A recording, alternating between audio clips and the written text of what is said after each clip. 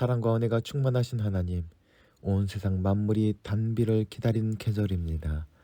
하나님을 경배하기 위하여 주님 앞에 나온 저희도 하나님 아버지께서 내려주실 은혜의 단비, 성령님의 단비를 사모하며 기다리고 있습니다.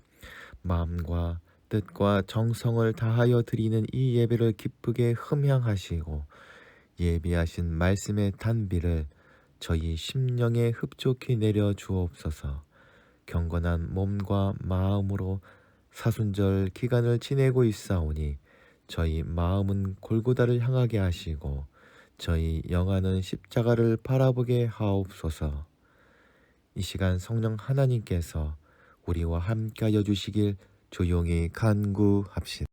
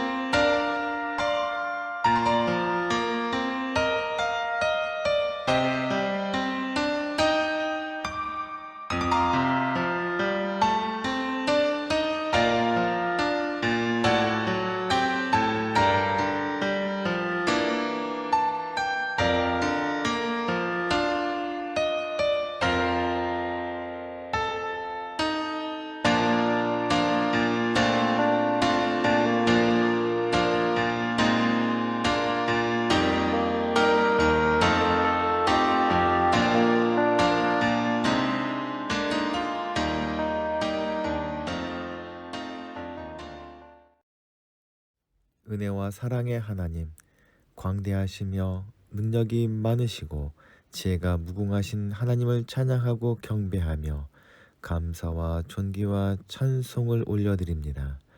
따뜻한 봄 기운이 상승 기류를 타고 화사한 봄꽃이 자연 경관을 아름답게 단장하는 3월의 둘째 주일에 예배하도록 저희를 인도하여 주심에 감사드립니다. 저희 모든 죄를 용서하시기 위하여 십자가를 지신 예수님의 고난이 점점 깊어가는 계절입니다. 경건하게 지내야 하는 이 사순절 기간에도 저희는 예수님과 동행하지 못하고 오히려 죄악이 넘치는 자리에 머물러 있을 때가 많았습니다. 왜 이런 죄를 범했을까 안타까워하면서도 죄와 단절하지 못한 채 무기력하게 살아가고 있습니다. 그동안 지은 죄가 머리털보다 많지만 저희는 육신이 연약하다는 핑계를 들어 정당화하였습니다. 골고다 십자가의 은혜로 저희가 지은 모든 죄를 용서해 주시고 오늘도 성령께서 함께 하셔서 연약한 저희를 의의 길로 인도하여 주옵소서. 사회 경제적이나 정치적으로 너무나 힘들고 어려운 시기를 보내고 있습니다. 자비하신 하나님, 이 나라를 붙드시고 바로 세워 주옵소서. 속히 안정을 찾게 하시고 하나님의 진리를 사랑하는 나라 되게 하여 주옵소서. 지역 이기주의와 당파주의에 빠져 자신들만의 욕망을 따르지 않게 하옵소서. 오직 예수님만을 의지하게 하시고 하나님의 영광을 드러내는 삶을 모두 살아가게 하옵소서. 또한 전 세계에서 일어나고 있는 자연재해, 전쟁, 인권 침해, 그리고 사회적 불평등을 통해 고통받는 이들을 위해 기도합니다.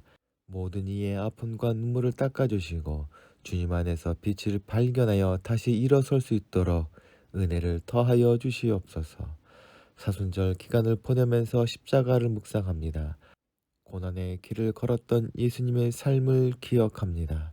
주님, 저희가 어떤 상황에서도 하나님의 뜻을 알려고 노력하고 예수님께서 가셨던 희생과 고난의 길에 동참하기를 원합니다.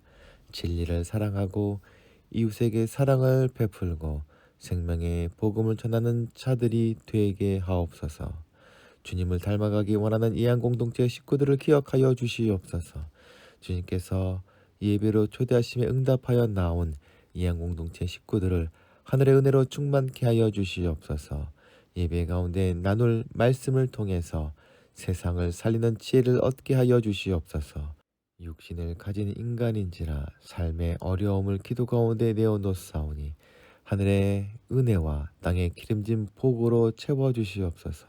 아울러 한 주간 살아갈 동안 주님과 동행하게 하시고 생명을 누리고 나누는 삶을 살아갈 수 있게 하여 주시옵소서. 기도 가운데 시작한 문봉 책방서가 앞으로도 주님의 뜻을 이루는 가게가 될 수 있도록 날마다 새로운 은혜와 능력을 더하여 주시옵소서. 좋은 빵으로 많은 소문들이 나게 하시고 새로 낸 지점도 하나님의 사랑을 전하는 가게 되게 하여 주시옵소서. 우리 구주 예수 그리스도의 이름으로 기도하옵나이다. 아멘.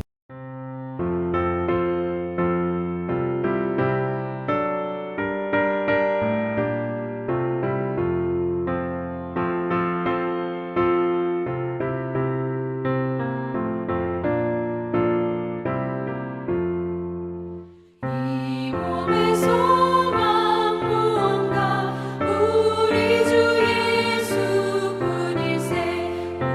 우리 주 예수밖에는 믿으리 아주 없도다. 주 나의 반석이시니 그 위에 내가 서리라. 그 위에 내가 서리라. 무섭게 바람 부는 밤 물결이 높이 설렐 때 우리 주 크신 은혜에 소망에 닿을 줄이라. 주 나의 반석이시니 그 위에 내가 서리라.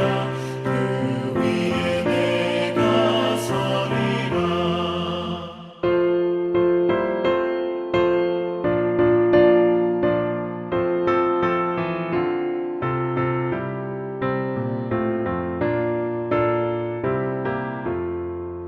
세상에 믿던 모든 것 끊어질 그날 되어도 구주의 언약 미사와 내 소망 더욱 크리라.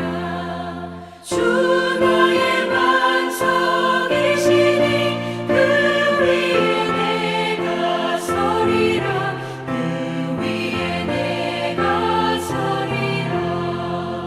바라던 천국 올라가 하나님 앞에 배울 때 구주의 의를 입어 어여시 바로 서리라. 주 나의 반석이시니 그 위에 내가 서리라. 그 위에 내가 서리라.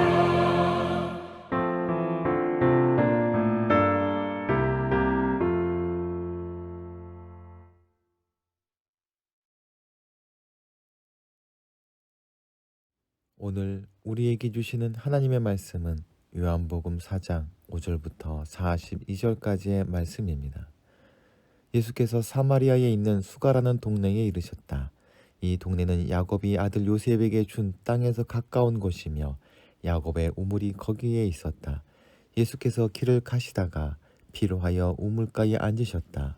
정오쯤이었다. 사마리아 여자 하나가 물을 기르러 나왔다. 예수께서 그 여자에게 물을 좀 달라고 말씀하셨다. 제자들은 먹을 것을 사러 동네에 들어가서 그 자리에 없었다. 사마리아 여자가 예수께 말하기를 선생님은 유대 사람인데 어떻게 사마리아 여자인 나에게 물을 달라고 하십니까? 하였다. 유대 사람은 사마리아 사람과 상종하지 않기 때문이다. 예수께서 그 여자에게 대답하셨다. 내가 하나님의 은사를 알고 또 너에게 물을 달라는 사람이 누구인지를 알았더라면 도리어 내가 그에게 청하였을 것이며 그는 너에게 생수를 주었을 것이다. 여자가 말하였다. 선생님, 선생님에게는 두레박도 없고 이 물은 깊은데 어떻게 나에게 생수를 구해주시겠습니까? 선생님이 우리 조상 야곱보다 더 위대한 분이라는 말입니까? 그는 우리에게 이 우물을 주었고 그와 그 자녀들과 그 가축까지 다 이 우물의 물을 마셨습니다. 예수께서 말씀하셨다. 이 물을 마시는 사람은 다시 목마를 것이다. 그러나 내가 주는 물을 마시는 사람은 영원히 목마르지 않을 것이다. 내가 주는 물은 그 사람 속에서 영생에 이르게 하는 샘물이 될 것이다. 여자가 말하였다. 선생님, 그 물을 나에게 주셔서 내가 목마르지도 않고 또 물을 기르러 여기까지 나오지도 않게 해 주십시오. 예수께서 그 여자더러 가서 내 남편을 불러오너라 하시니 여자가 대답하기를 나에게는 남편이 없습니다 하였다.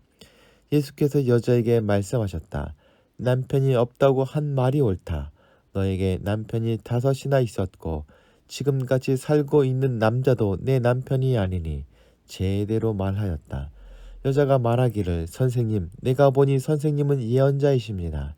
우리 조상은 이 산 위에서 예배를 드렸는데 선생님네 사람들은 예배 드려야 할 곳이 예루살렘에 있다고 합니다 하였다. 예수께서 말씀하셨다. 여자여, 나의 말을 믿어라. 너희가 이 산 위에서도 아니고 예루살렘에서도 아닌 데서 너희가 아버지께 예배를 드릴 때가 올 것이다. 너희는 너희가 알지 못하는 것을 예배하고 우리는 우리가 아는 분을 예배한다. 구원은 유대 사람에게서 나기 때문이다. 참되게 예배를 드리는 사람들이 영과 진리로 아버지께 예배드릴 때가 온다. 지금이 바로 그때다. 아버지께서는 이렇게 예배를 드리는 사람들을 찾으신다. 하나님은 영이시다. 그러므로 하나님께 예배를 드리는 사람은 영과 진리로 예배를 드려야 한다. 여자가 말하기를 나는 그리스도라고 하는 메시아가 오실 것을 압니다. 그가 오시면 우리에게 모든 것을 알려주실 것입니다 하니 예수께서 너에게 말하고 있는 내가 그다 하고 말씀하셨다. 이때에 제자들이 돌아와서 예수께서 그 여자와 더불어 말씀을 나누시는 것을 보고 놀랐다. 그러나 예수께 웬일이십니까 하거나 어찌하여 그 여자와 말씀을 나누고 계십니까 하고 묻는 사람이 하나도 없었다. 그 여인은 물동이를 버려두고 동네로 들어가서 사람들에게 말하였다. 내가 한 일을 모두 알아마치신 분이 계십니다. 와서 보십시오. 그분이 그리스도가 아닐까요? 사람들이 동네에서 나와서 예수께로 모여들었다. 그러는 동안에 제자들이 예수께 랍비님 잡수십시오 하고 권하였다. 그러나 예수께서는 그들에게 말씀하시기를 나에게는 너희가 알지 못하는 먹을 양식이 있다 하셨다. 제자들은 누가 잡수실 것을 가져다 드렸을까 하고 서로 말하였다. 예수께서 그들에게 말씀하셨다. 나의 양식은 나를 보내신 분의 뜻을 행하고 그분의 일을 이루는 것이다. 너희는 넉 달이 지나야 추수 때가 된다고 하지 않느냐. 그러나 나는 너희에게 말한다. 눈을 들어서 밭을 보아라. 이미 곡식이 익어서 거둘 때가 되었다. 거두는 이는 삭슬 받고 영원한 생명에 이르는 알곡을 거두어 드린다. 그러면 씨 뿌리는 이와 거두는 이가 함께 기뻐할 것이다. 그러므로 한 사람은 뿌리고 한 사람은 거둔다 한 말이 옳다. 나는 너희가 수고하지 않은 것을 거두게 하려고 너희를 보냈다. 수고는 남들이 하였는데 너희가 수고의 결실에 참여하게 된 것이다. 그 동네에서 사마리아 사람들이 많이 예수를 믿었다. 그것은 그 여자가 자기가 한 일을 예수께서 다 알아맞히셨다고 증언하였기 때문이다. 사마리아 사람들이 예수께 와서 자기들과 함께 머무르시기를 청하므로 예수께서 이틀 동안 거기에 머무르셨다. 그래서 더 많은 사람들이 예수의 말씀을 듣고서 믿었다. 그들은 그 여자에게 말하였다. 우리가 믿는 것은 이제 그대의 말 때문만은 아니요. 우리가 그 말씀을 직접 들어보고 이분이 참으로 세상의 구주이심을 알았기 때문이요. 아멘.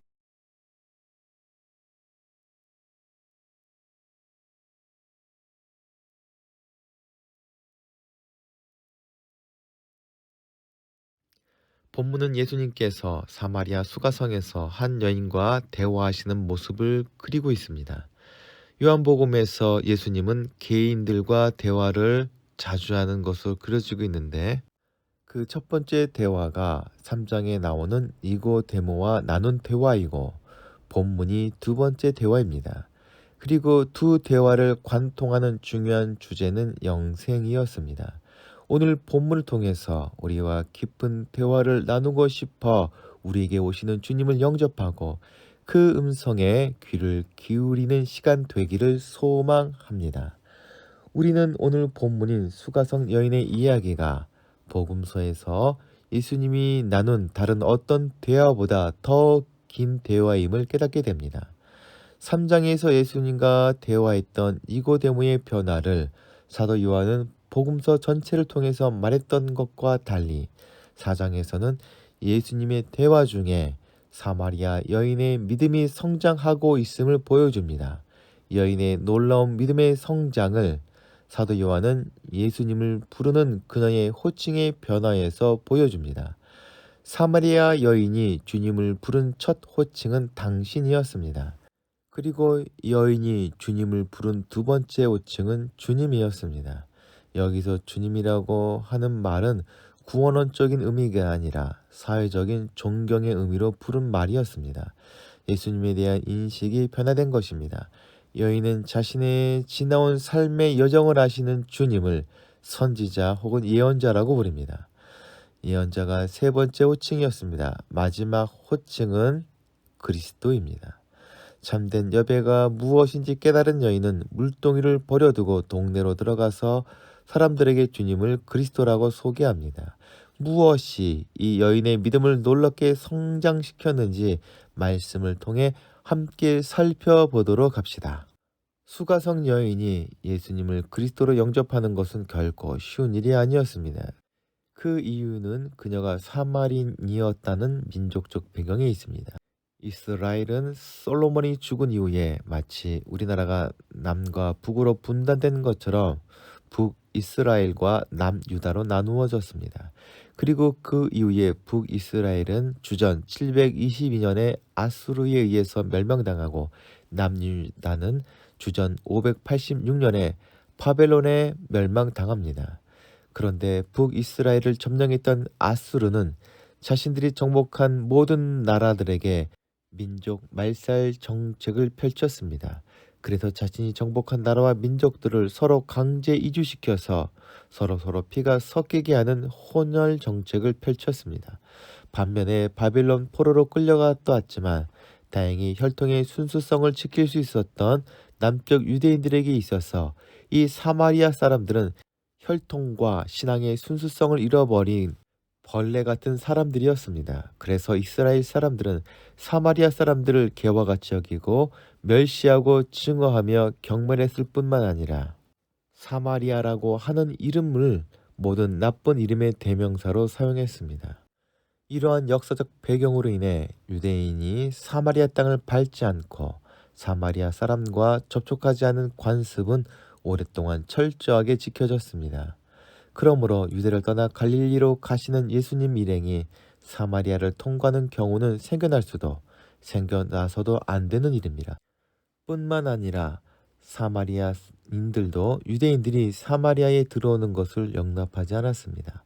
오랜 혐오를 당하면서 유대인들에 대한 사마리아 사람들의 증오는 커졌고 주전 128년 대제사장의 결정 아래 유대인들이 그리심 산에 있던 사마리아 성전을 불태운 사건을 계기로 돌이킬 수 없을 만큼 서로 간의 감정은 악화되었습니다. 그러니 예수님께서 사마리아의 수가라는 동네 우물가에 앉아있는 장면은 상상할 수 없는 일이었습니다.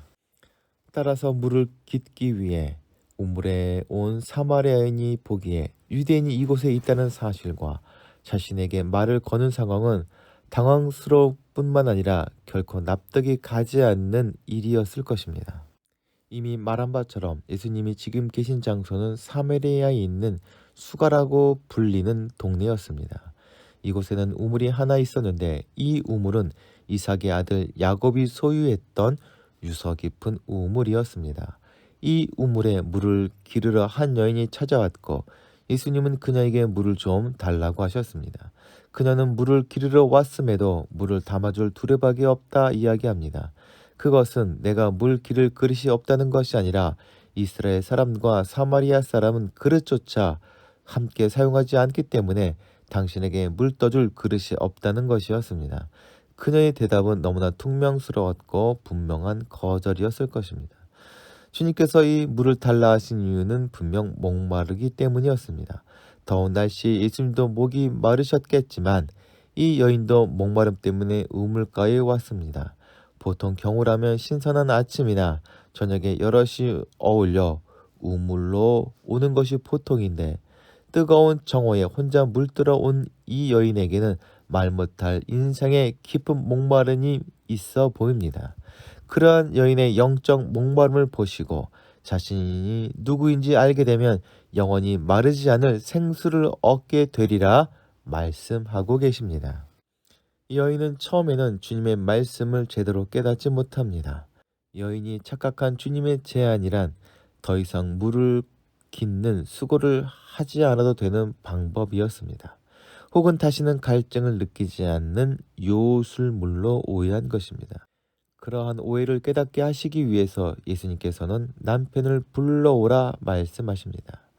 생수를 얻는 것과 남편을 데려오는 것은 아무런 상관이 없어 보이지만 자신의 영적 목마름을 깨닫게 하기 위한 기회였습니다. 이 여인에게 있어 남편이란 말하고 싶지 않은 감추어둔 비밀이었을 것입니다. 그녀의 이전 5 남편은 부끄럽고 누구에게도 말하고 싶지 않은 상처입니다. 그런데 이 깊이 감춰둔 영적 상처 혹은 깊은 목마름을 꺼내어 놓으라고 예수님께서 요구하신 것입니다. 세상의 참빛으로 오신 예수님은 여인이 지금 어둠 가운데 있음을 깨닫게 하시고 세상을 살리는 생명의 물로 오신 주님은 여인이 지금 심각한 영적 갈증을 느끼고 있음을 알게 해 주시는 것입니다. 예수님 당시 여자가 5 남편을 두었던 상황은 있을 수 없는 일이었습니다.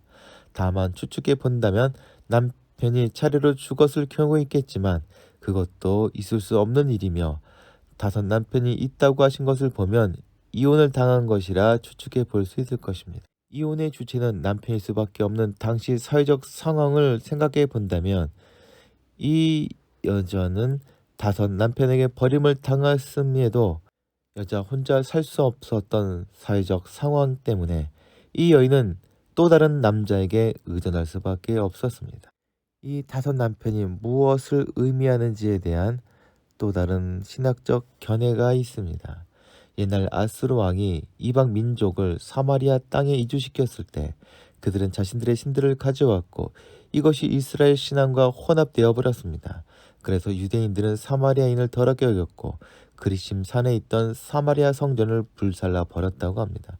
이러한 역사적 맥락에서 사마리아 여인의 5 남편은 사마리아인들의 우상들을 의미한다고 볼 여지가 있다 합니다. 실제로 남편이라는 히브리어는 바알이며 이는 우상의 이름이기도 합니다. 이러한 이유로 여인은 예수님의 말씀이 무엇을 의미하는지 깨닫고 대화의 주제는 생수에서 자연스럽게 예배로 넘어가게 되었던 것이라 볼 수 있습니다. 사마리아 여인은 예수님께 새로운 질문을 던집니다. 그것은 예배의 장소 문제였습니다. 앞서 말한 바와 같이 여인이 자신의 사생활에 대한 곤경에서 벗어나기 위해 화제 전환용으로 던진 것이 결코 아니었습니다. 여인은 간절한 마음으로 주님께 질문하였고 여인의 마음을 아시는 주님께서는 나의 말을 믿으라 말씀하시며 대답하십니다. 예배에 있어 어디에서 예배를 드려야 하는지에 대한 문제는 이 여인을 비롯한 사마리아인들이 가지고 있던 중요한 신앙적 문제였습니다. 유대인들은 예루살렘에서, 사마리아 조상들은 그리심 산에서 예배해야 한다고 하는데 그녀에게 이것은 풀리지 않는 갈등이었습니다.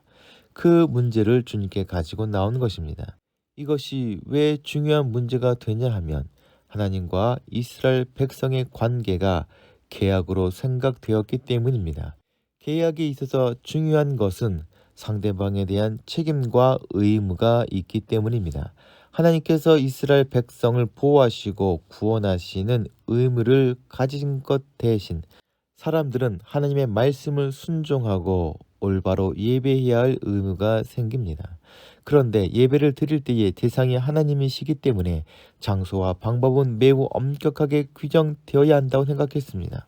잘못된 예배는 하나님과의 관계를 훼손시킨다고 보았기 때문입니다.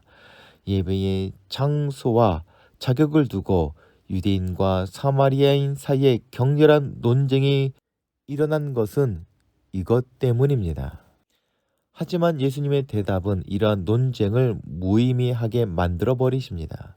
우리가 예배하는 하나님은 장소와 시간의 제약을 받는 인간이 아니라 공간과 시간을 뛰어넘으시는 영이시기 때문입니다. 영이신 하나님에게 있어서 예배드리는 장소는 아무런 의미가 없습니다. 오히려 영이신 하나님이시기에 예배를 드릴 때에 우리가 깊이 생각해야 할 문제가 있습니다. 주님은 사람이 아니시기에 우리의 겉모습이나 예배를 드리는 형식이나 방법만 보시지 않으시며 우리의 생각과 마음과 중심을 보십니다. 우리가 예배하는 하나님은 조건이나 자격에 따라 우리를 선택하고 버리시는 분이 아니시고 우리의 필요나 욕구에 따라 바꿀 수 있는 바알 같은 우상이 아니신 우리를 자신의 형상을 따라 창조하시고 자신의 영을 불어 넣어주신 우리의 한 분 아버지이십니다. 이렇게 하나님께서는 우리를 창조하신 창조주이시며 우리에게 생명의 영을 부어주신 아버지이시기 때문에 우리와 하나님의 관계는 결코 끊어질 수 없으며 그 관계의 핵심이 바로 예배입니다. 그리고 우리가 하나님을 예배할 때에 하나님으로부터 우리에게 생명의 생수가 흘러내려 옵니다. 유대인과 사마리아인에게 있어서 제사나 예배란 자신의 우월함을 드러내는 방법이요 상대방을 깎아내리는 도구가 되어버렸습니다. 결과 예배는 인간의 교만함만이 드러나고 주님의 임재를 경험하지 못하는 메말라버린 예식이 되어버리고 말았습니다. 성령의 도우심으로 주님 안에서 하나님과 온전한 관계를 맺은 우리는 하나님의 임재를 경험할 수 있는 예배를 드릴 수 있게 되었습니다. 이한공동교회 식구들이 간절한 심정으로 예배할 때에 우리를 살리는 생수의 강이 하늘로부터 흘러내릴 것이며 영적 살림과 인생의 형통함을 경험하게 될 것입니다. 이한공동체가 주님이 주시는 생수를 그저 가두어 놓는 우물을 넘어 세상으로 흘려보내는 은혜의 강이 되는 것이 주님께서 제자된 우리에게 원하는 사명입니다. 이러한 사명을 감당하는 이해한 식구들 되시길 간절히 소망합니다. 다 함께 기도하시겠습니다. 사랑과 은혜가 충만하신 하나님, 저희를 찾아와 주셔서 저희 안에 생수의 강이 흘러내리게 하시니 감사를 드립니다. 저희 구원자이시며 생수의 근원 되신 주님을 만나게 되었으니 주님의 손을 놓치지 않도록 성령님 저희를 도와주시옵소서. 나아가 이한 공동체가 생수의 우물이 아닌 생수의 강이 되어 세상을 생명으로 충만케 하는 공동체로 세워져 가게 도와주시옵소서. 우리 구주 예수 그리스도의 이름으로 기도하옵나이다. 아멘. 함께 공동체의 고백을 하시겠습니다. 하나, 우리는 문제가 있습니다. 둘, 문제에는 끔찍한 대가가 있습니다. 셋, 하나님은 해결책을 가지고 계십니다. 넷, 그 해결책은 믿음으로 누립니다. 지금은 우리를 구원해 주신 예수 그리스도의 은혜와 하나님 아버지의 거룩하신 사랑과 날마다 우리를 승리케 하시는 성령님의 역사가 이 시간 머리 숙인 이한 공동체 식구들과 가정과 그 생업 위에 지금부터 영원토록 함께 하시길 간절히 축원하옵나이다. 아멘.